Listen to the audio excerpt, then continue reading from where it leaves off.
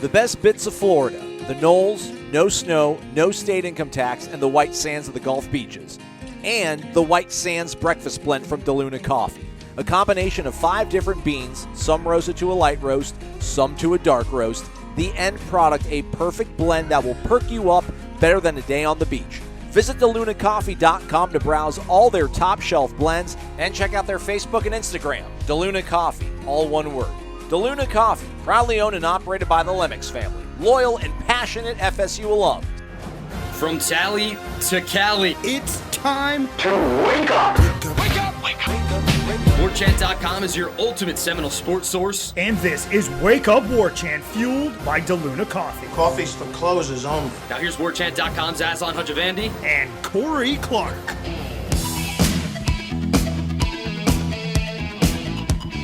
Wake up! What is up? It is Wake Up Warchant. It is fueled by DeLuna Coffee, DeLunaCoffee.com.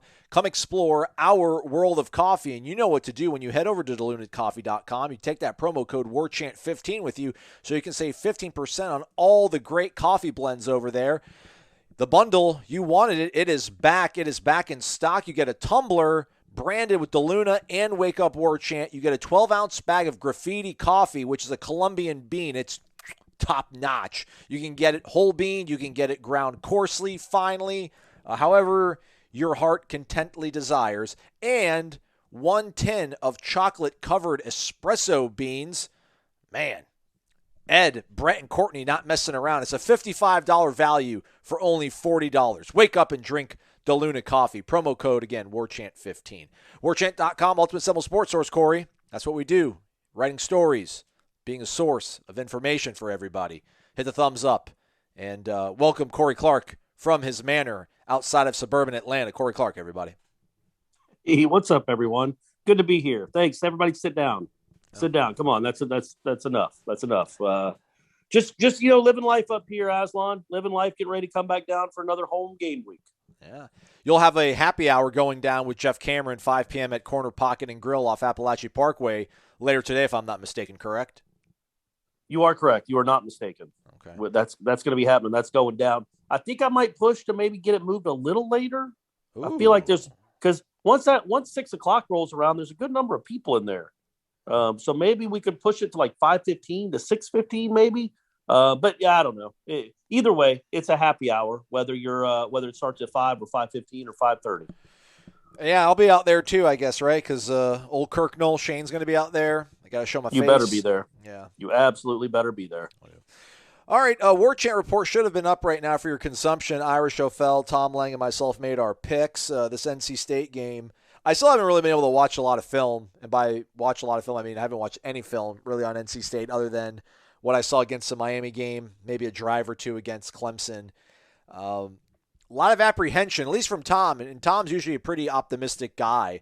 Corey, where are you right now as they get prepared to face the number 19 team in the nation, coming off a weird week, guys out of practice due to a bug, apparently that's going around campus. Where's your head at as we approach game day? I'm just hoping I don't catch that bug. Look, it's a tough game. This might be, what would we say, the second best team on the schedule? Third, second, maybe? Yeah. I mean, I think this team's better than Clemson, and he just lost to Clemson. So, it's going to be a tough game. It's not unwinnable, though. You have to find a way to get pressure on the quarterback, because he will probably eat you alive otherwise. Even if you play pretty disciplined in the back end, if he has time to throw, he's going to find somebody open. He sees it well. They coach it well. He's got good receivers. So that to me is my biggest. Like, I knew going into the Clemson game, there was only a finite amount of points Clemson could score because they're just not good offensively. This is a pretty good offensive team. And they could get in the 40s if you don't play well. They could certainly get in the 30s. So you're going to have to figure out a way to slow them down and then hope that the offense can kind of flush what happened last week. Yeah, man, they're graded out at 91 overall on Pro Football Focus. Florida State is graded out at 78 overall. Their offense 81st. Our defense, 82nd. Florida State's offense 69th. and then NC State's Well, defense but 89. one thing you got to look at is their 89. 2 losses. Sorry, the grade number. Not they're not ranked 89th. I'm sorry, that's their grading. Right. They're grading it like 80%. Sorry. NC State's 2 losses are on the road. One to a team that we thought had quit, and they went out and got behind early in that game, got behind real early in the Mississippi State game. Now, Mississippi State is a pretty decent football team, and Miami with this quarterback seems like a different deal altogether, but they are gettable on the road. They haven't proven to be, indestructible away from Carter Finley. So maybe that's something you can lean into. Maybe the crowd will be into it. If it's close in the second half, you feel like you might have a real advantage, like Clemson did, but last week because of the crowd noise. And if there are people still hanging around going to this game, I hope you're coming up. Hope you're going to be in town. But yeah, I think that might be a real good shot if you're just get it in the fourth quarter and see if the home crowd advantage can help you. Yeah, man, they've got some real players at really important spots. Their left tackle, Ikemi Ikwonu, which I probably butchered, and I do apologize, man. He's graded out at 93% this season, playing 552 snaps. Devin Leary's graded out at 84. He's that quarterback of theirs. Emeka Emezi has been there for 10 years, it seems like. Thayer Thomas, obviously, that slot receiver is a handful. Bryson Spees, their other tackle, is quite talented. So, this defense is going to have their hands full. And I just wonder, Clemson found a way to run the ball against a really good running defense in Florida State. I don't think they have, anybody. Ricky Person Jr. doesn't match up to Will Shipley. But, I mean, they've just got a much better quarterback that I think is going to put much more stress on them. So, it's not what the doctor ordered. And it's crazy. And Tom pointed out during, Warchant Report, we'll get to the questions on Renegade Express here shortly, but it's just crazy how we looked at this November slate a month ago and we're like, wow, RIP to any hope of doing, going out on a high note this season. And then 2 weeks ago, it's like, man, look at that. They're all winnable. I still think they're all winnable, but I don't know how much of it is the way they looked against Clemson or maybe the way NC State came and roared back against Louisville. But this is a tough stretch, man. Clemson and then responding with NC State, not exactly going against Bama and then having to play Auburn the next week. But in terms of ACC caliber opponents, tough. This will be. I think it's going to show us a lot. If of all these things that we're hoping is taking hold, Corey, right? Like the fight, the buy-in, like we're going to really be able to sense it, and probably early on in this game. Yeah, but I think, and I don't know necessarily it's the talent level of the two teams you're playing back-to-back, although they're both talented. It's just that was a really physical game you played Saturday. Really physical. Like the most physical game you played all year. It went down to the final 2 minutes, and then you got to turn around and play a better team 6 days later with, maybe a bug going through the team. That's not great. But it's not like NC State just played UMass. I mean, they were in a 10-7 game late in the third quarter at Louisville, or against Louisville. So they were in a physical game too, and they're having to come on the road. So that probably washes out. I know Louisville isn't as talented as Clemson necessarily, but that was a physical game. They didn't beat Louisville 51-6. They were in a tough, hard-fought game as well. So maybe that's a wash. But, yeah, man, this is the toughest really 3-game stretch. But if we want to just specify these 2 games, it's the toughest 2-game stretch of the season because of the talent level. Like that, this defensive line isn't any joke either. If Durden's going to be very motivated to play. And when Corey Durden is motivated to play, Corey Durden is a beast to block. And he ain't the only one they got. You do get a break because they lost their best player on defense, the linebacker. He's out. But, this is a good defense. Not as good as Clemson, which I think is your hope, right? Like you just played the best you'll ever you just played the best you'll see this season.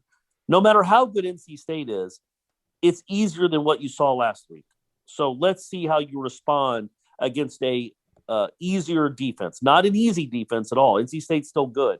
Might be the third best defense on your schedule, but they aren't Clemson. So hit a couple big plays early, get some confidence, and then see what happens because you can beat this team. Again, NC State was up by 3 points against Louisville late in the third quarter last week. So it's not like they're this indestructible force. And they lost to Miami. They gave up 31 to Miami. So you can move the ball against them. You can score, but you better play well or you got no shot. Yeah, I really wish I had a better sense of what happened in that Louisville game because, I mean, Louisville's got a top 25 offense. They're 29th right now in total offense, averaging over 448 yards per game. And they put up about 444 yards, I think, against NC State, but they only cashed in 13 points. And Malik Cunningham is much more of a threat to run the ball, and I think he's a better quarterback than DJ Uiagalelei. Probably, yeah. The fact that NC State's defense held them to that, but again, maybe the home road split gives us a little bit of hope. But again, that's 4 p.m. Well, and also 440 yards. That's a lot. Oh, no, for sure. Yeah. No, I mean, Louisville stayed on their pace against that NC State offense, but for some reason they couldn't score. I don't know why. They only had one turnover. It looks like Malik Cunningham threw a pick, unless maybe they had some fourth down conversion stuff that they had problems with, but that's all I can see in the box score. Hey, that's what I always say, Aslan. You got to play situational football well. You know what I'm saying? Yes. Play the situations well, and you can go win that game. Well, sounds like Louisville didn't do that. They did not. All right, then, 4 p.m. ACC Network. Corey will be at the game. Ira will be at the game. Austin will be at the game, and they'll have all the reports you want, and then a wrap-up as well. Let's get on the ponies. Corey, we begin with C_Swizzle8. As you folks might have remembered, he asked us last week what was the roadmap to winning the Atlantic. So now we transition. Wake up! With how we played against Clemson, does that give you guys and the players any confidence against Florida? They seem to be down as well, but it's hard to tell when they played Georgia this past weekend. Do you think that if we were to win against Florida and Miami, will they most likely be ugly wins? Also, who would win in a game with Clemson versus Florida? Thanks for all you do. Go Noles. The Florida game might be ugly. The Miami game might be ugly defensively, but I think that's just going to be like a 41-38, 38-35 kind of game. So if you win that, I don't really think you'll feel that it's ugly. Florida. Can you win an ugly game against one of those teams? Right. Is that even a thing? I know. 2011 was ugly against Florida. That was just hideous. But again, you go in the swamp.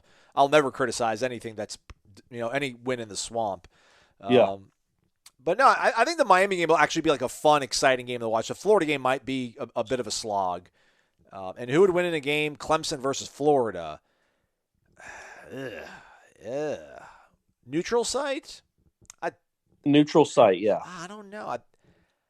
I guess Florida. I still think Florida's offense is probably a little bit better than Clemson's offense. And in this day and age, I'll take the offense. Yeah, I would go with Clemson.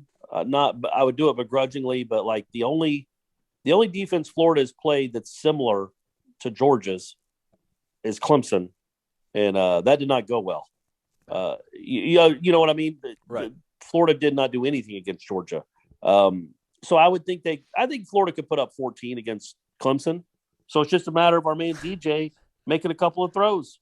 I think it'd be close. I'd put Clemson as about a 3.5, 4 point favorite in that game.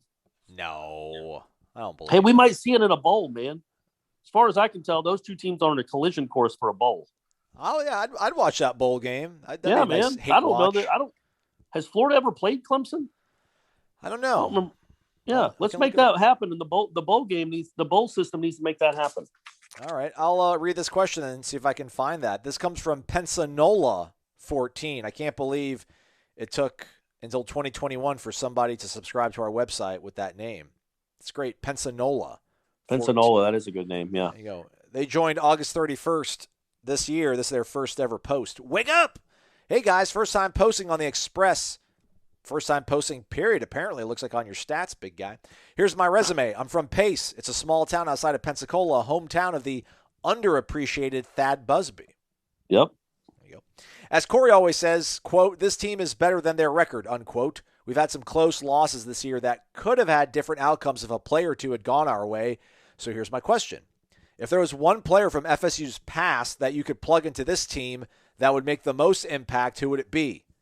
Pensanola says Rashad. He'd be a great complement to the run game out wide and would be a confident person on special teams where we cannot seem to find a returner. Thank you so much for everything y'all do. Even in this program's roughest days, y'all made it enjoyable to be a Nole fan. I'll be in town this weekend for the first time since Jacksonville State. I'm predicting to leave the game in much better spirits, hopefully with a win. Drink DeLuna coffee and go Noles. Thank you, Pensanola. What do you think, Corey? Grab somebody from the past, one guy who's the best spackle sealant Flex Seal to put on these some of these holes. And let's keep quarterbacks out of it. The two that come immediately to it's Florida State. There's a million. Imagine like Jalen Ramsey, what the impact he'd have on this defense, or Derek Brooks. You know what I mean? Like, especially in this day and age, somebody like Derek Brooks at that size and speed, be able to cover guys and rush. Boulware would be imagine Jermaine Johnson and Boulware on opposite ends. And then on offense, the one that came immediately to mind, and it's just because of the offense they run, is in shape 2013 Kelvin Benjamin, even more so than Rashad, because I think with Kelvin, there would be 5 times a game where you just say, I don't care what you see.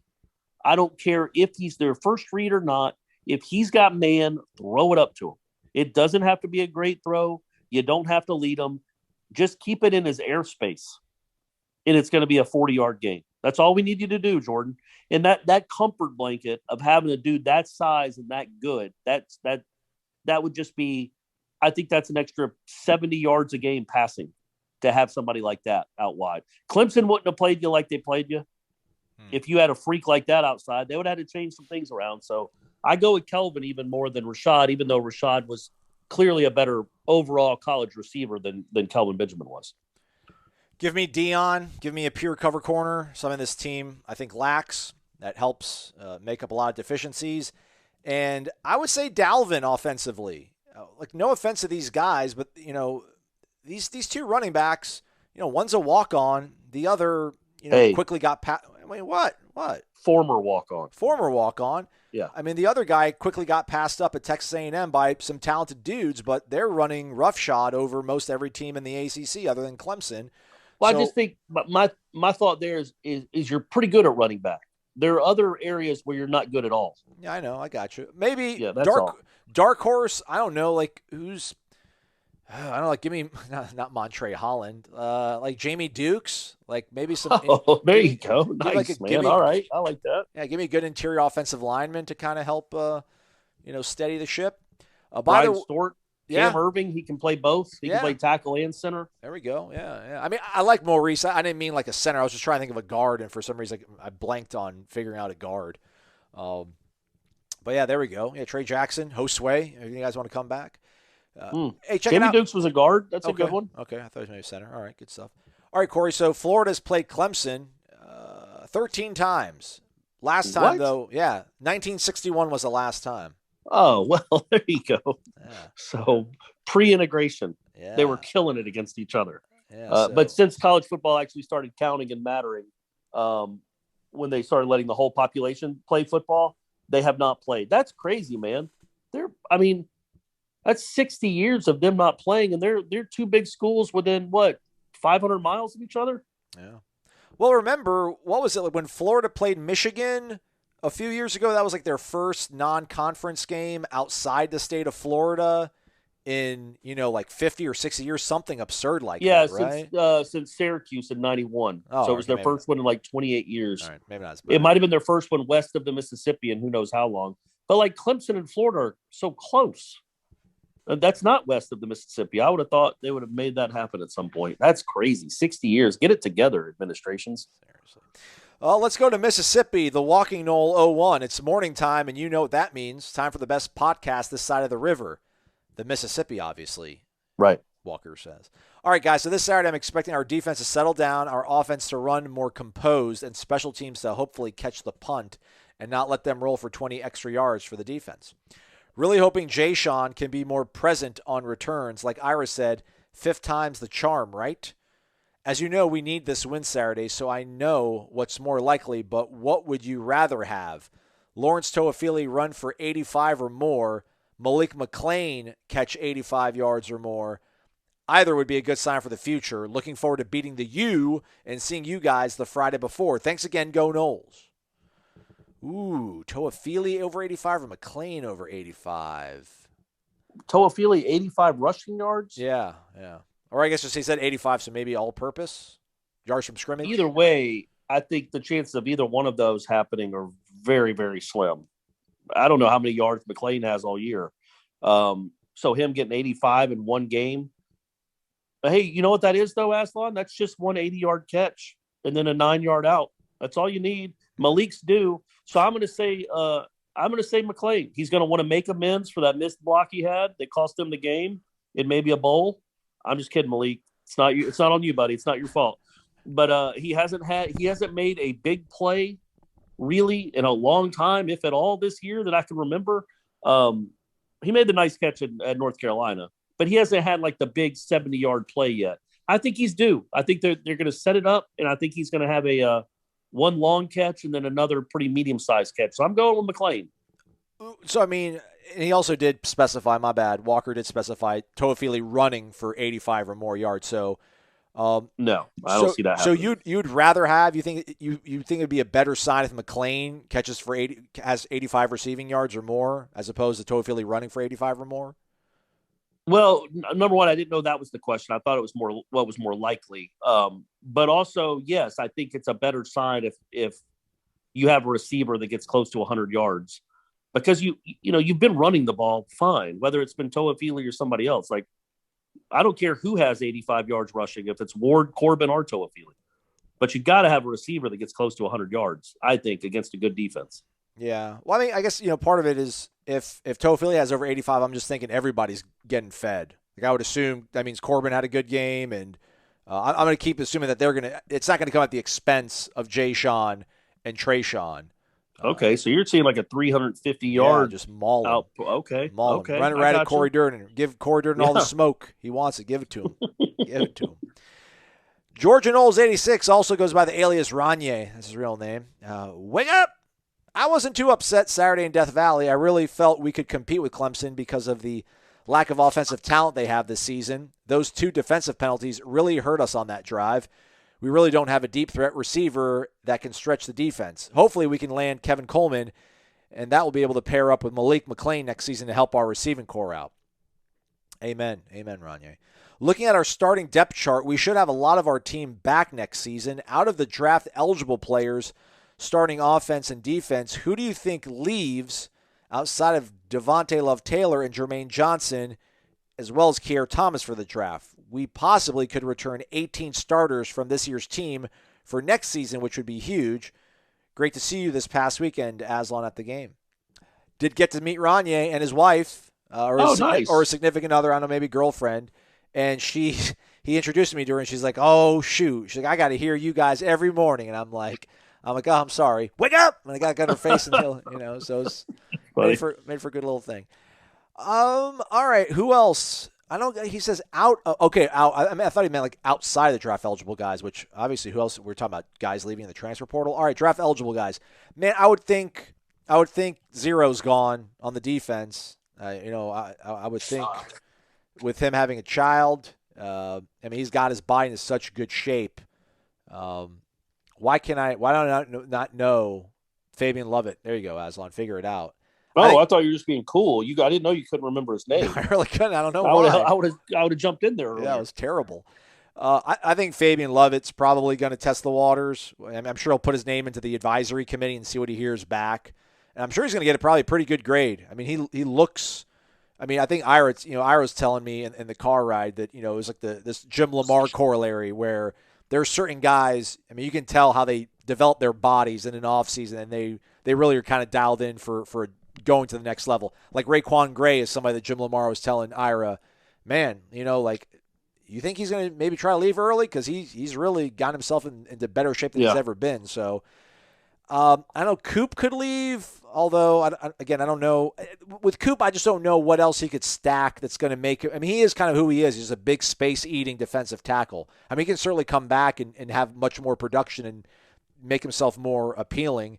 Jarian's a guy that could leave. I don't know how long he is for the college game. Again, but I don't know how, appealing he is to NFL teams. I mean, Fabian Love is the only guy to me that that stands out in terms of like not underclassmen, but a draft eligible guy that's probably got maybe Amari as well. I don't know. What do you think, Corey? Yeah, I think those are the only 2 that I can see that even have a chance to that even have the potential to leave early, quote unquote. They've both been in college for 4 years, I think. Lovett and Gaynor, because of their physical attributes, they have put some stuff on film. Neither one of them would be I wouldn't foresee either one of them even being a second day pick. Just because I don't think Lovett's done enough. But he is an impressive, when he's playing well, he's impressive. But, we'll see. That would be it for me, man. Who else? There's nobody else that even comes into the brain. Now, there will be some people that leave for other pastures because it's 2021. So understand the portal's still out there too. But yes, guys that leave to go pro early, I couldn't think of anybody but Lovett and Gaynor, and those are just maybes. Yeah. So good sign, right? Good sign. Continuity. Well, I don't know. It's a better sign when you have a lot of dudes that are NFL worthy after their third year and might want to go pro. That's usually a better sign for your program, but it would be nice to have so many guys coming back next year. And if Lovett and Cooper came back, that would be enormous because of the losses you're going to have on the defensive line. Either way, though, the transfer portal will have to replenish that defensive line. Let's go to Gator 188. That's Gator Kirk, Virginia Beach, Virginia. Wake up, men. My hope is the team is frustrated with letting one get away last week, and they take it out on the pack. What positions would you like to fill through the portal, given what we lose this year, especially on the defense? Go Noles. P.S. Aslan, you can get an indoor bamboo plant at Home Depot or Lowe's for about $20. I got mine the other day. Nice. Indoor. Okay. Nice. I didn't know that could happen. What, is it going to just sprout through your ceiling? What? You have to crack a window? It's like, there's like Dobermans and there's like mini pins, like mini Doberman pinchers. I think the indoor ones have been bred or spliced their genetics. Man, so I don't want that life. Yeah. Go get you an outdoor one. Let's see how bad. Let's see if we can go to the moon. Yeah. Yeah, that's well-timed question, Gator Kirk, right after what we just answered. The defensive line to me, linebacker too, but, that's always been a problem. You're losing at least your two best defensive linemen. As we talked about, maybe a third. You've got to go get some guys. I don't know that you get a Jermaine Johnson caliber, but get you 3 Keir Thomases and you'll be in good shape. But you got to go. You got to go replenish the defensive line more than any other position. I mean, it's the question almost is like where I would literally say where would you not need to go to the portal for? Everywhere. You know? I just think defensive line is the most important, but they're all important. Yeah. O-line, you could go get you somebody else. You got 3 freshmen that should be better and bigger next year. Your secondary still got a lot of guys that have played a lot, but you could stand to, obviously, you're 3 and 5. You could stand to improve at every single position, literally every one. Punter, kicker, kick returner, punt returner, all of them. If there's somebody out there that you want, quarterback, receiver, obviously. So, but yes, I think if you had your druthers, if you could go get 3 starting defensive linemen in the transfer portal, that's where you'd start, because I think that's what the key to this defensive turnaround has been, is a legitimate pass rush and being able to stop the run. And it has a lot to do with Keir Thomas and Jermaine Johnson. I mean, it's funny. Like I'm laughing at that. Like, yeah, just go out and get 3 starting caliber defensive linemen out of the portal. But I mean, they got 2/3, last season, Fabian the year prior. So, I mean, if anything, this season, I guess, really shows us that maybe the portal's not going to be as temporary of a fix, as short of a bridge as maybe we had hoped, or the coaching staff had hoped, Corey. Like we thought, maybe like 2 years of this, and then you'll have enough talent develop that you can just kind of rely on your grassroots recruiting and development. But man, this feels like probably 3 years at least. I mean, if this staff again remains here and they climb, I mean, the portal, or maybe it's just everybody outside of Alabama. Like everybody's going to be relying on the portal. It's the way of the world. Yeah, absolutely, it is. And every program, even Alabama, will have some deficiencies going into a season where you're like, man, we could really upgrade here, and we don't think the guys we got coming up are good enough. Let's see if there's somebody out there that can play right away. I mean, Georgia's starting cornerback is a dude that was at Clemson last year. Like, that even Georgia, great Georgia, used the transfer portal. Their quarterback is he's a JUCO transfer and a former walk-on, but he was a portal guy too. So, yeah, man, I just think this is the way of the world. If you would have seen enough from Briggs, McClendon, Fuller, Peyton, Farmer, these guys that are young, to be like, okay, these guys are going to be awesome. Let's look elsewhere. But you have no way to know that right now. There's no evidence that those guys coming up are going to be anything close to what you have now. And it's an option. And quite frankly, it's an appealing option to some guys around the country. Like, they can look at what Keir Thomas and Jermaine Johnson have done and been like, yeah, that's pretty good for my career. Jermaine Johnson made himself a lot of money by going and playing there. So that's something you can sell to the portal too. And it's such a quicker fix. Like, it doesn't matter. You could bring in the best defensive line class in the country in 2022 from the preps, from high school. You know, they're not going to help you much in 2022, the season. They're just not going to be ready. College, the year not as a freshman typically. So this is a much quicker fix, and it's one they have to investigate and go get a couple guys. Saturday quickly approaching, the weekend's games. So get your mind right before you lay money down. Get your money right. Get your mind right by listening to the Daily Tip presented by BetMGM for the best betting analysis and information. The Daily Tip is hosted by Michael Jenkins and Chelsea Messenger, and they got great personalities, folks. You're going to love the show, but they got great information. They've got featured guests, including bookmakers from Vegas, Odyssey insiders, and BetMGM experts. That's right, MGM, like the MGM Grand, like the ultimate sportsbook casino hotel in Vegas. They're back in these two. They're back in the Daily Tip. So get your info, get your mind right, know why the lines are where they're at so you can bet smarter. Your friends are going to be like, dude, how did you know that? Girl, how'd you know that? Because you probably listened to the Daily Tip. Ready to bet with an edge? Tune into the Daily Tip presented by BetMGM. Listen weekdays 6 to 9 on Odyssey, Spotify, or your favorite podcast app. And it should be noted, Aslan, that it is now legal to bet sports in Florida. I heard. Look at that. So you got it's perfect timing to listen to the Daily Tip, because now, well, you might have been betting illegally anyway, but now it's all legal, baby. It's all legal. So go ahead and listen. When it comes to salads, the fresher, the better. That's why at Zaxby's, we don't make your salad until you order it. Try our brand new Southwest salad with fire-roasted corn, juicy tomatoes, crispy Santa Fe tortilla strips, and our new Southwest ranch dressing. It's big enough to fill you up without weighing you down. The new Southwest salad. Get it fresh, get it customized, get it made to order. For a limited time, only at your neighborhood Zaxby's. And don't forget to listen in for the Zaxby's indescribably good Player of the Week every Monday on Wake Up Warchant. All right, let's go to Captain D _63. By the way, folks, Corey is joining us from his telephone. We had some technical limitations for the show. So No, well, let's be honest. We're all adults here. We're transparent, and I can admit mistakes. I left my power cord to my computer in Tallahassee, so my computer is now dead, so I can't do it how I normally do it with my computer. The last thing I did with my computer was the live show on Wednesday. So Aslan's very nice to say we're having technical difficulties. No, it's just Corey Clark being an idiot and leaving his power cord in another house in another state. So that's the issue, and I apologize. how are you gonna be able to write anything for Ira? Ira's gonna be mad. Are you gonna write your? Are you gonna compose Buddy, your? I wrote a Buster Posey story. I talked to Meat about Buster Posey. I think it's a fun story. It's a good story. I wrote it on my phone. Look at you. Yep. I interviewed him and recorded it on my iPad, and then wrote on my phone and replayed the interview from my iPad. That's how I did it.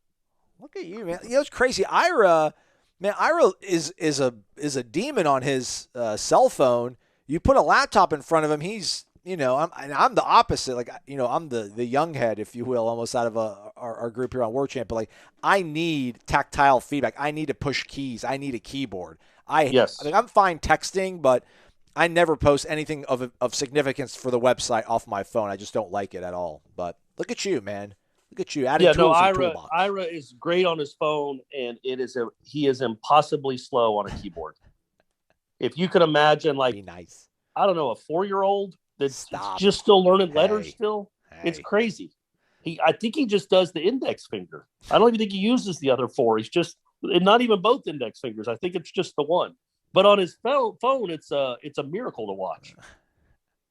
Let's go to Daryl in Thomasville, North Carolina, Captain D_63. Good afternoon, gentlemen. Hope you're having an amazing day. Corey, I hope your Braves won. He wrote this Tuesday afternoon before you guys brought it home. How's it feel, Corey? Are you still basking in the success of being a world champion? No, I'm on to the Hawks.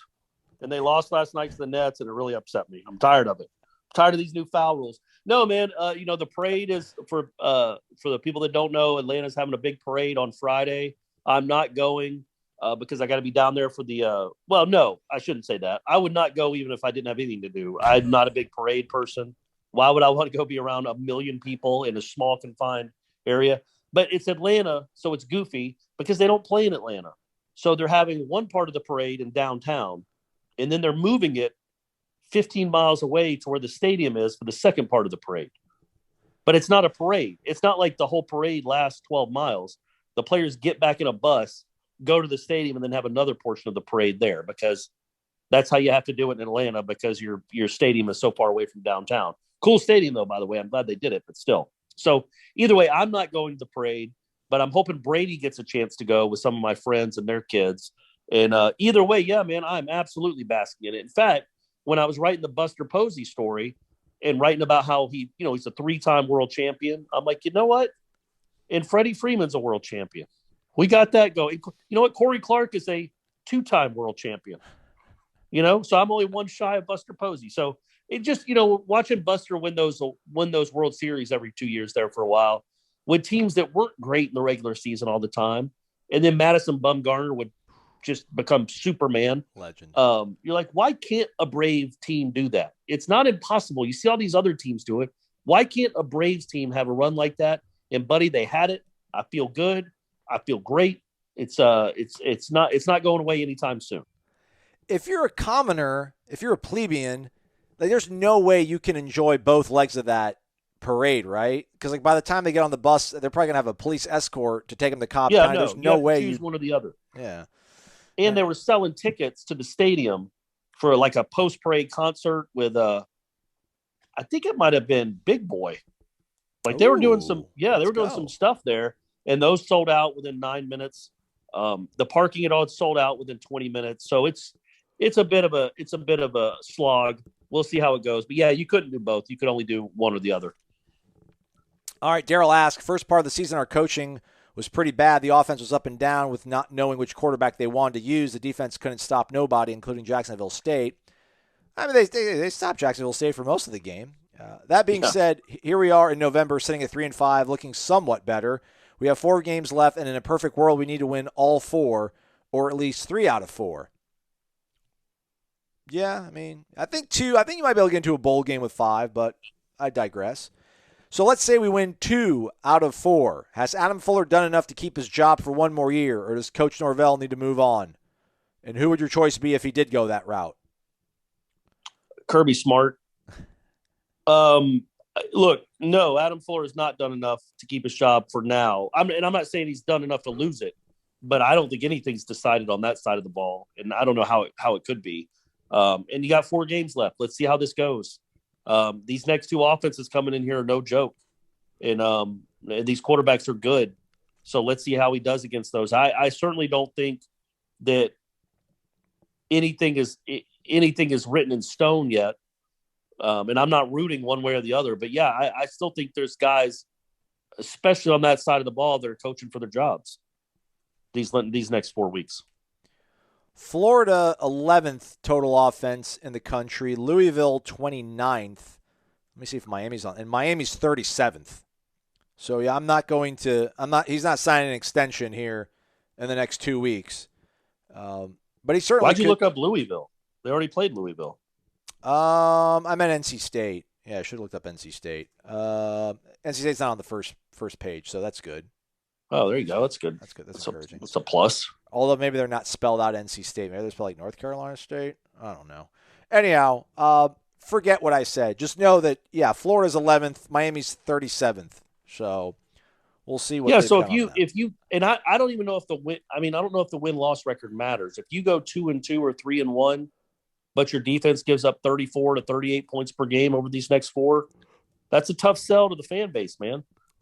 And that's a tough sell. That's just I'm not advocating for a change to be made. I'm just saying that would be 2 years in a row where your defense finished probably somewhere in the 80s or worse, 70s or worse. And the main reason that I think the defense is much better is 2 guys that won't be on the roster again next year. But that said, the defense is better. The secondary is playing better. There aren't guys just running free and wide open all the time. There haven't been anyway here lately. Now, that's a very low bar, but I do think that bar has been cleared where it's just not so easy to move the ball against this defense. And that's not all because of 11-4. That does mean the coaching has gotten better, or the reception of the coaching has gotten better. Well, if they're getting better, I mean, I've asked you, if they finish the season 5-7 and next year they go 6-6, maybe I didn't use those exact comparisons. I think maybe I said 7-5. You're of the belief, I think, or, clarify, like Mike Norvell comes back in 2023. If they finish the season with 5 wins and then next season they win 7, you feel he's back in 2023? Yes. Well, man, if Adam Fuller goes from 109th in total defense to 82nd, why doesn't he get another year? Not that I'm advocating on his behalf. Is it the financials? Like it's easier to get rid of him and dump him and move on? Yeah, you'd only owe him 1 year, right? I think so. Yeah. So you'd only owe $900,000. And look, man, you have to ask. Mike Norvell would have to ask himself and the administration: is this the best we can do? Is this the best guy that we can get for this price? And if they believe that, then stick with him. If they don't, then don't. And that was a really big issue I had with Jimbo at the end. Is all those assistants that were on that 17 Florida State team, how many did he take with him? 1. So clearly they weren't, and he could have bought all of them. He could have brought all of them with just to live in his house. They would have bought a house for each one of those guys to even not have them coach, just to be in College Station with Jimbo as quality control guys. A&M would have given him the moon to bring in whoever he wanted, and he didn't bring in a single one. Well, he brought in 1, right? Who did he bring in? Did he take Dawsey with him? No, he didn't take anybody with him. I don't think. Graham. I Jay feel Graham. like he took Jay Graham. he took Jay Graham, not Dawsey. Yeah. So he took 1 guy with him out of that whole staff. It's like, okay, Jimbo, was that really the best that Florida State could do? Clearly not, because Florida State, and now remember, Florida State was paying a ton of money to those assistants. They had top 10 in the country in assistant coaching salaries, and that's what you got. That bothered me a lot there at the end. That he believes in so little in those coaches that he took 1 of them, exactly 1. So the point being, Jimbo clearly knew these guys weren't the best in the country, and that Florida State could do better. And if Mike Norvell, through 2 years of being up close and personal every day with Adam Fuller and that staff, thinks, I know we can do better than this guy or this staff for whatever reason, it's time to make a change. I don't know that it would matter if they're 62nd in the country. If you think it's time, you think it's time. Yeah. I'm not saying it's fair, and I'm not saying it's going to happen, but I don't know that like a final national ranking or a final record is going to play a huge part. If Fuller's defense plays well these next 4 games and they give up 18 points per game or something like that, then yeah, it would be really hard to make that change, but I don't foresee that happening because these offenses are good. We got to keep moving on, but I just, he's got a good defensive line and they're good against the run. I don't think he has good defensive backs, man. I mean, maybe Kevin Noles blossoms into something. Like, I don't think they're horrible, but they're barely adequate as defensive backs. So yeah, and listen, that's everybody's problem on that team. That's why I'm saying I don't know why he ends up becoming the scapegoat. Like, you can't get rid of Marcus Woodson because the relationship he has with Travis Hunter, but I guess that's just the way life works sometimes. It's just not fair. Exactly right. But I would say I think teaching zone concept is a really big deal in 2021. You have to be able to play zone. You can't just say, hey, corners, turn your backs and run with these guys and try not to give up touchdowns and pass interferences. And they consistently teach zone very poorly. They do not play it well. That can be that is something that I think directly goes back to coaching, that, you don't have to have incredible athletes like great cover guys to be good at zone. And you got linebackers running this way and that way. Sometimes you got safeties not where they're supposed to be. But like I said, that was earlier in the year. since he's gotten this core group of Jamie Robinson at safety and then the two corners. I know Akeem Dent played instead of Cindy Williams against Clemson, but since he's got he's lessened the rotation, the secondary has played better and hasn't given up as many busts. So hopefully that's over. Names. Scott Simons, probably from Liberty. Liberty right now has got the 10th total defense, and he actually coached at Memphis. Back in 2018, he was linebackers coach.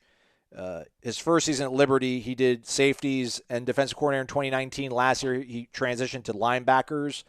So he's your defensive coordinator, linebackers coach. I know a lot of people don't really care much for Chris Marv. I don't know why. I mean, not that I'm advocating on Chris Marv's behalf, but Scott Simons, there seems to be some sort of pre-existing relationship. I don't know. Throw money at Phil Parker at Iowa. Throw money at Jim Leonard at Wisconsin. Try to get those guys to maybe want to come to Tallahassee. Otherwise, I don't know a whole lot of names right now. I usually kind of lean on the national writers that have those contacts with agents when they start floating names out about this guy's a rising prospect and things like that. But or just go to San Diego State and get whoever their linebacker coach is. I feel like there's been some sort of weird voodoo, I think, either there in like Washington State and San Diego State. Their linebacker coaches have gone on to like SEC and Power 5 programs and done quite well. Right. So I was going to say maybe make a run at the if, and again, this is only if there is an opening. I'm just telling you, the way Dillingham and Norvell talked about this NC State guy. Oh, no, man. Not Tony Gibson. Nah, man. Tony. They have a relationship with him. What? I mean, Norvell does. It was 1 year in Pittsburgh. I mean, Tony Gibson's just, Tony Gibson's he's a good defense corner, like an 8-win team. If you want to be, I mean, he's John Chavis in the 21st century. Like John Chavis just kept getting jobs because like he was living off a reputation from when Tennessee was really good. But like it's not a horrible defense corner, John Chavis, but like there's going to be 2-3 games a year where his defense just gets ripped right through. So, wouldn't that be cool if it was only 2 or 3 games a year? Touche. Daryl continues, basically asks the same question about Ron Dugans. Do you keep him or let him go, and replacements? No idea with replacements. And I also don't know if you keep him or let him go. It's not like I'm not saying they bathe themselves in glory, this wide receiver unit, but he also doesn't have a lot of groceries to cook with. Let's give him some better talent and see what he does with it. Let's see now. And it's also hard to know how much these guys are progressing because they don't throw the ball. This isn't a strength of their team. So is Portier or Williamson block well either? Really? But are they making strides as pass catchers and route runners? Because we don't know. They don't throw the ball enough and they're not on the field enough. But they might be getting better. We just haven't seen it. I don't know. I think I'm not saying that's not something you would look at. But man, you better have somebody good in mind. To replace one of the only Florida State dudes you have on the staff at a position where, look, man, Travis Hunter's going to play some wide receiver here, so I assume he's got some sort of relationship with Dugans, and then the other kid, what's his name? Just Coleman. Yes. Yeah, I mean, make sure it's okay with them before you make any moves. Wide receivers coach, like you got to be an ace recruiter, or you just have to have. I guess just walk into an already stockpiled room, and he hasn't. Brian Robinson, people were hoping might have been that guy. They couldn't get through to Brian Robinson. He left. He never got through Warren Thompson. He left. So, I mean, it would be fair. I mean, it's always tough to kind of get rid of an alumnus, especially one who's really done a lot for this program. But, yeah, man, Ron's probably – I'm sure he's got a couple group text messages with some buddies, seeing what's going on out there and keeping a pulse of potential landing spots. Maybe bring David Kelly back. Yeah, there we go. No. S. Quinn 67, wake up. Disappointing loss last week. We had the win within our grasp. Who would have thought that at the beginning of the season? Touche, who also would have thought that Clemson would be pretty terrible. I don't feel that good about the Clemson game. Like I'm not taking points like off their essay. But I certainly don't feel like, we know something about this team or we learned something that is going to carry forward that we had doubts about this team with. Like, we knew that their defensive line was pretty strong. They probably played a little bit above their head with Jermaine getting that scoop and score fumble. But offensively, man, there was a concern that when they finally play an elite defense with elite athletes and a really good coordinator, that Jordan Travis's freewheeling ways were going to be hemmed up, and, man, they hemmed them up. So, they were about to win the game, though. They couldn't get a couple first downs. So I guess Had a chance. Our offensive play calling is frustrating. Our rushing strength needs to be buttressed. Buttressed? Buttressed. With better diversity. What's with these big words, man? Stop using a dime when a nickel will do, S. Quinn. Yeah. I feel like he's insulting you. He's using words that you don't understand. I feel like you're insulting me. I'm going to take it as an insult. Somebody did. I forgot. Somebody else prior in the Renegade Express was just throwing some really big words out there, like SAT caliber words. I didn't really appreciate it. All right, during the Wake Forest game, we utilized the quick pitch to the edge to get around the defensive line. Syracuse, we went to the wide receivers. We went with wide passes to the running backs. Clemson, we just tried to run between the tackles, 3 question marks. Yeah, man. Again, saw them do a lot of cool things during practice the 3-4 weeks prior to that game, none of which they decided to use. I don't know why. It doesn't seem like we ever mix these different concepts into a single game plan. We have shown them we need to use them together. My question this week, when we beat North Carolina State, Miami, and Boston College, what city should I be booking travel to for our bowl game? Let's go Noles, class of 93, Quinn 67. Nice.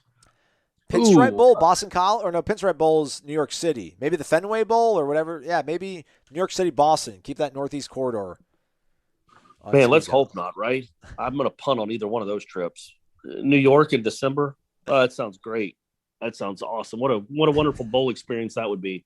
It's better not being in a bowl, I Yankee guess. Stadium, come on, man. Not all of us had could scratch off Memorial Stadium in Shreveport off of our bucket list. That's true. That's true. Hope. I don't know. I don't even know. It's kind of sad. I was thinking about this the other day when they did with the college football playoff reveal. It's like, man, I haven't paid attention to that in 5 years. Yeah. Not a single show. Not have cared. Maybe longer than that. 8 years, 7 years. I just haven't cared since the first one. I've had no reason to care. And that's kind of sad. I don't like I didn't know that Cincinnati was 6th in that thing until I heard a podcast talking about it. I assumed they were 2nd. Yeah. But no, of course they're not. But same thing with the bowls. I haven't had to care about bowls here lately. There was the El Paso Bowl, then there was nothing. And before that, it was Shreveport.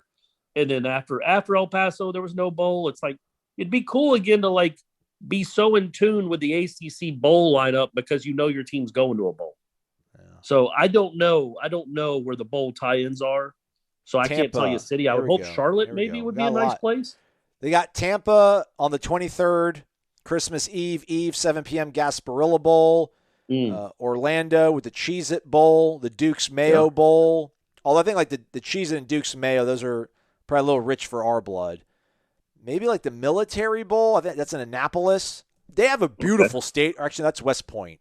Army's got the beautiful stadium on campus. So yeah, man. And they have Boston, New York City, Annapolis, Indy, Charlotte, Atlanta, Birmingham, Jacksonville, Orlando. It's funny they have They don't even have Miami. It just says South Florida. Right. Like in Phoenix, they don't have Arizona. It says Glendale. Can't you just say Miami Gardens? Why does it say South Florida? Could. I don't know. That's weird. So yeah, there's a bowl in San Diego too. Maybe that's the Military Bowl. No, that's okay. Let's Holiday Bowl for San Diego. Holiday Bowl. Holiday Bowl is a pretty good second tier bowl game. I don't know. S. Quinn. I would imagine Gasparilla, and if not, if you got 5-6 wins, maybe you sneak into the Pinstripe Bowl or whatever the Fenway Bowl is in Boston. Moving along, Corey, we go to Knoll 43. This looks like a new name. They didn't give us their hometown or any of that kind of stuff, so figure it out next time. Wake up. Our Noles need to jump out to an early lead Saturday versus NC State and don't look back. All gas, no brakes. Correct. I like to see our offense make strides and not go 3 and out. Let's keep NC State's defense on the field as long as possible because our defense has carried us this year besides the no contest versus UMass. As always, go Noles, drink DeLuna coffee. Hopefully Corey's Braves win the World Series for him. They did. They sure did. I appreciate that. I appreciate it from Daryl, too. All the well wishes. They mean a lot. They really do. I think people are genuinely happy for me, which is cool to feel. And yes, getting off to a fast start and staying hot would be a very good recipe in winning this game. Don't get down by a couple scores. Don't do that, and don't piddle F around to start the game offensively, because for the first time in a month, you don't have a lot of confidence offensively. You're coming into a game with very little confidence because of you just got your head beat in by that defense. So if you start off poorly again, you don't want that to overtake the team. So have a nice script there, Kenny, for the first couple drives. And hopefully that bug hasn't entered the quarterback room. Well, right. I mean, because, if McKenzie's sick or Jordan's sick, I mean, one of those guys starts and one of them goes down.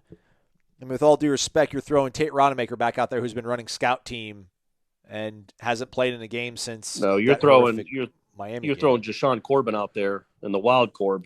No, Travis J. Maybe this is Travis J's time to shine. The wild J. Yeah, that's not bad. Yeah. Sabaxley 1212 checking in from Dothan. Gentlemen, wake up. Our trip to Clemson was nice. I forgot. That's right. He went up there. Especially when I really thought we were going to steal a victory, but we came up short.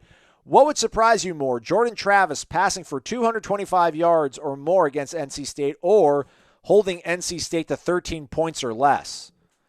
Ooh, I like that. Second one. Yeah, second one. Yeah. I mean, that's tough. But, I mean, I don't think Jordan's passed for over 220 yards in his career, which just means he's due. It means he's due. Yeah. And he did throw for 200 in that Clemson game until that last stupid play cost him 30 yards.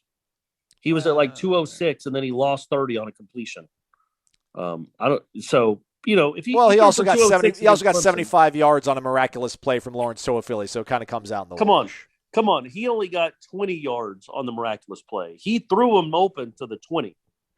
It wasn't like the whole play. It's not like Toafili spun off the guy and it would have been a 7-yard gain. It was a 75-yard touchdown. Like it's 60%. Yeah, but 55 of those yards were designed and thrown. It was the last 20 that were the miracle. All right. Like you got a wheel route and you hit it.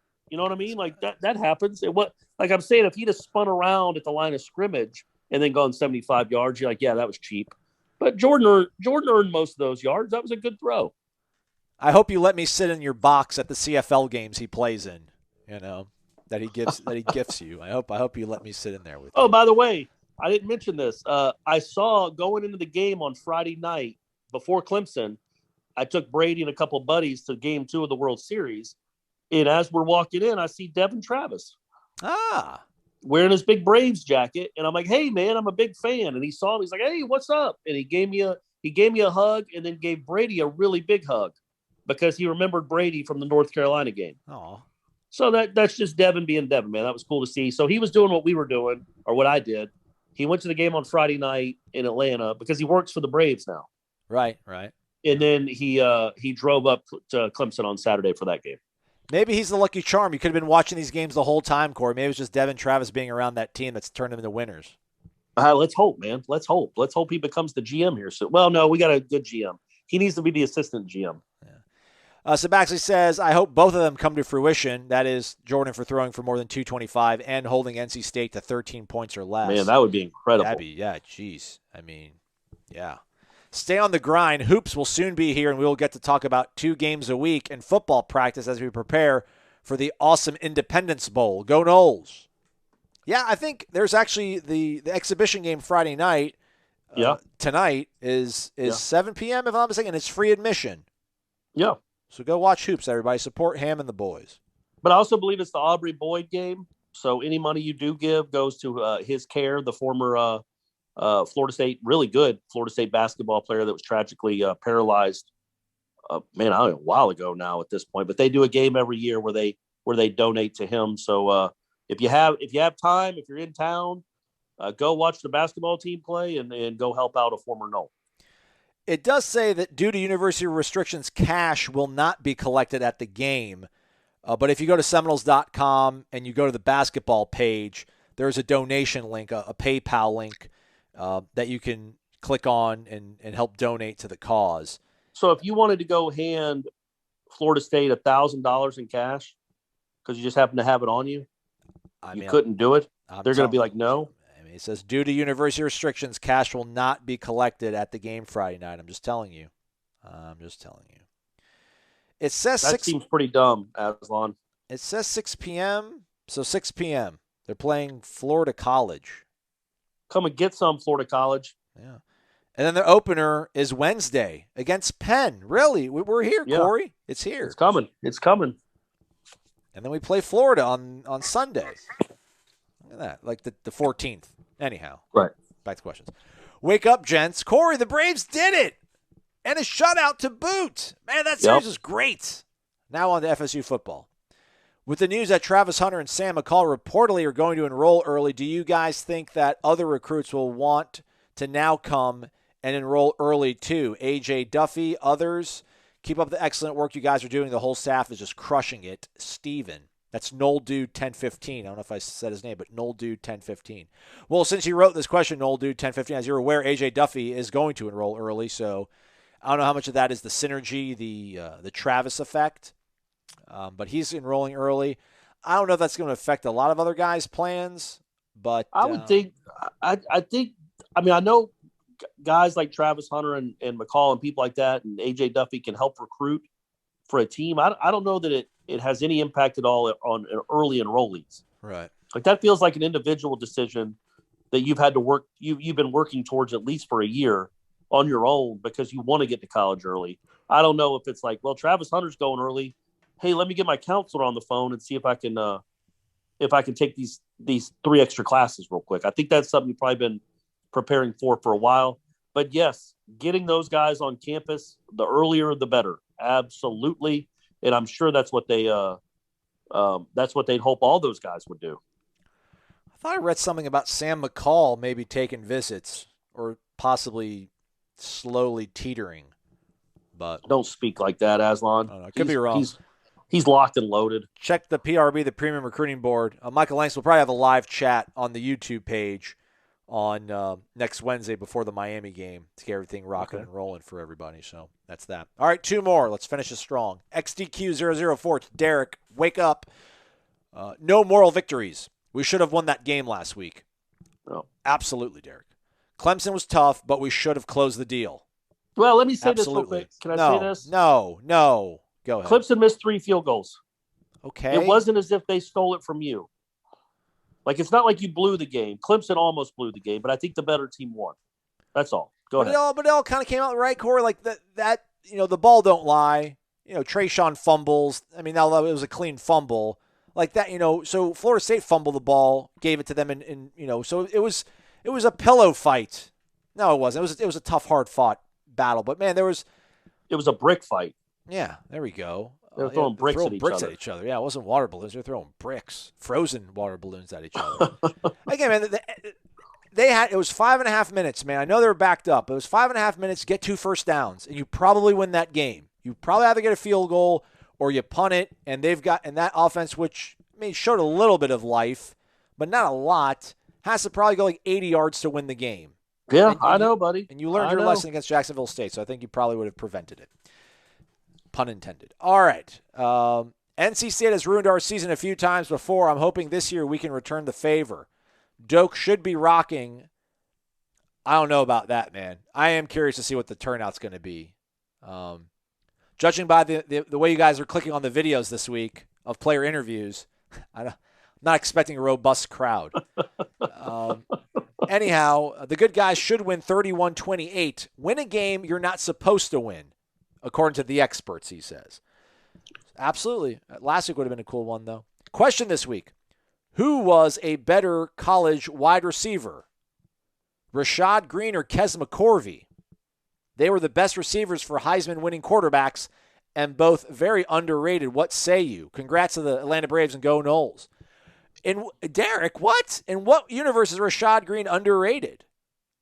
He's properly rated. Yeah, I think most Florida State fans, if you asked them to name the top 5 receivers in Florida State history, number 1 is Peter Warrick, and I really think like most Florida State fans, their second name would be Rashad Greene. Yeah, I really do think that. My answer is Rashad Greene, and Kes McCorvey was very good, but Rashad was great. Well, Rashad was really good as a freshman, and then great his last 2 years, and Kes had some big moments too, but Rashad had huge moments in huge games. And yeah, man, Kes, I feel bad for Kes. He would have caught the game-winning touchdown in the 1993 national championship game but the Nebraska dude pulled him down from behind and interfered with him. Yeah. Or he catches it with like 45 seconds to go to win the game. They still won on the field goal, but that would have been cool for him. That would have been an all-time moment for him. But no, the answer there is Rashad Greene. McCorvey was great, though. He was very, very good. Situational awareness, right? Hey, man, it was a smart play. Yeah. You're beaten. It's a touchdown.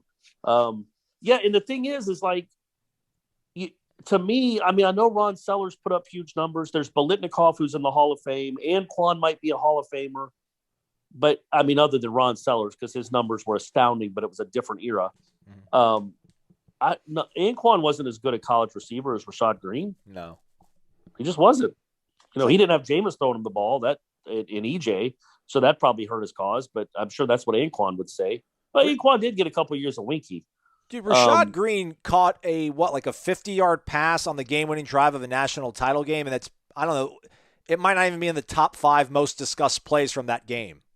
Well, and also, remember, the biggest play of that drive, other than the end, probably, or his 50-yard gain, is the pass interference that he drew. Yep. Because that kid could not cover him. He shook him out of his boots, and the kid had to pull him.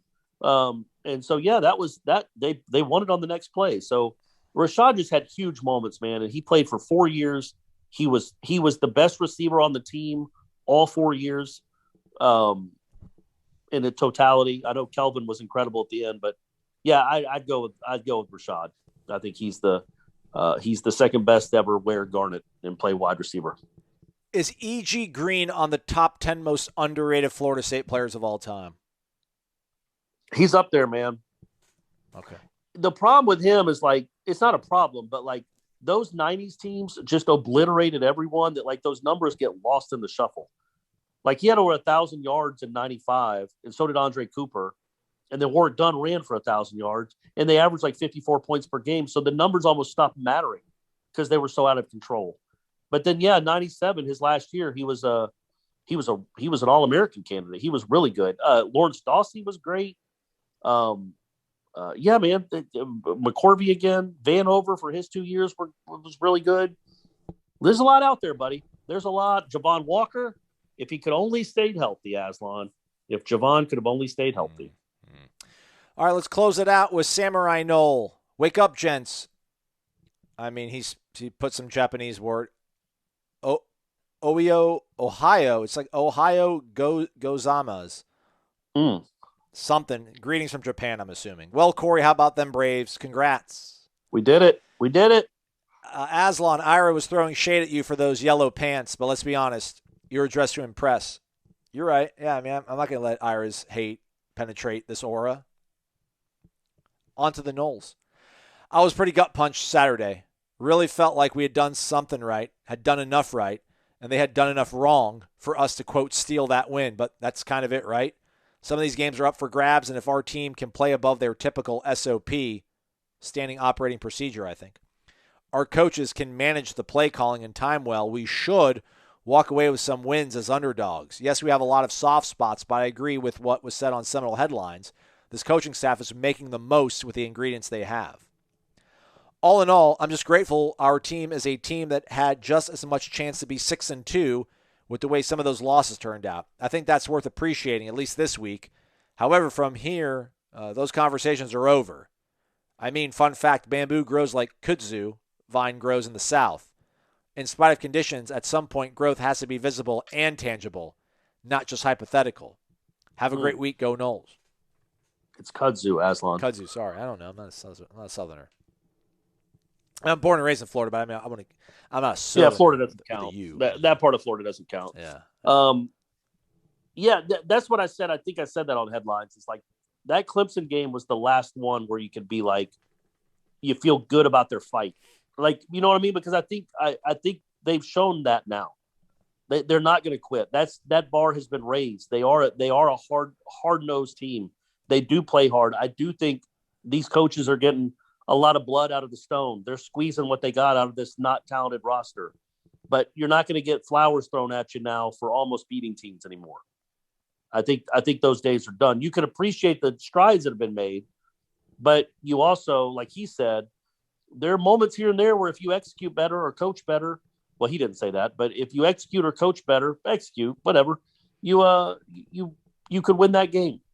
You put yourself in a position to win the game. That's the step you wanted to make, as opposed to last year where you were blown out of every game. Well, now you're there. You put yourself in a position to win a lot of these games. Now, yeah, let's go get some tangible proof that they are getting better in records and actually in wins and win a few games here to end out the year. I know, but they're like what, 1-4 in one possession games? Although, I mean, that Clemson game ultimately ended up being 2. I mean, the Notre Dame game they lost. That was Jacksonville State game they lost. Louisville game they lost. I mean, Syracuse is the only close game they've won. And NC State's a team, they lost a close one on the road, so maybe that's their MO is losing close on the road. But they won in double overtime against Clemson. They beat Louisville in a come-from-behind sort of effort. Or not come from behind, but they really closed them out strong in the second half. So that's a team that's been playing really well when it's been winning time. So this is really going to, I think, show us a lot about how much of this stuff has sort of taken hold. So yeah, agreed. But I think this team, we know what its ceiling is. This team, 2021, right? Maybe 6 wins, probably 4. 5 is in play, Yeah. But I feel like we've seen I like being able to look at you. This is a lot of fun. Yeah. You just putting your hands over your eyes and looking like you're what you would rather be doing anything else in the world. That makes me feel confident in what I'm saying. The glasses. I just feel like everybody else is like, God, will he ever stop talking? Whenever I open up my mouth now. But I do think like we know what this team is. So, yeah. I mean, if they go 4-0, that would be awesome. Nobody expects that. But we've seen enough now from this team to have some sort of hope going into next year that there is a foothold that's been taken here. Yeah. And they are going to start making real progress, not just in almost winning or keeping games close, but actually taking that next step / leap in winning 8 games. I think there at least is some but it's all about recruiting at this point. That's all. I'm done talking. There we go. He's done for now. He'll be back talking 5 o'clock, maybe 5:15. Happy hour with him and Jeff Cameron over at the Corner Pocket and Grill on Appalachia Parkway in Tallahassee, Florida. It'll be live again on Warchant TV. Don't forget Tallahassee Game Day pregame show with Jeff and Tom. That goes off at 9 a.m. on Warchant TV. And then the postgame show, which is with Gene and Tom, that's going to go off about 10-15 minutes at the conclusion of the Florida State North Carolina State game. And we'll also have the Warchant wrap available Saturday night with Corey and Ira sharing their takeaways and thoughts. So don't worry.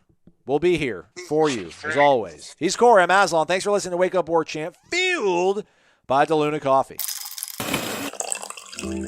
Come explore our world of coffee. DeLuna Coffee features over 24 different blends. DeLuna's unique roasts can be delivered ground finely for drip coffee makers, coarse for the craft crowd, untouched as a whole bean, or even in convenient K-Cups. Founded in 2014 by the Lemmix family, Ed and Brett are FSU alums and boosters who are extending a special offer to all listeners. Use the promo code WARCHANT15 for a 15% discount. Visit DeLunaCoffee.com and check out their Facebook and Instagram.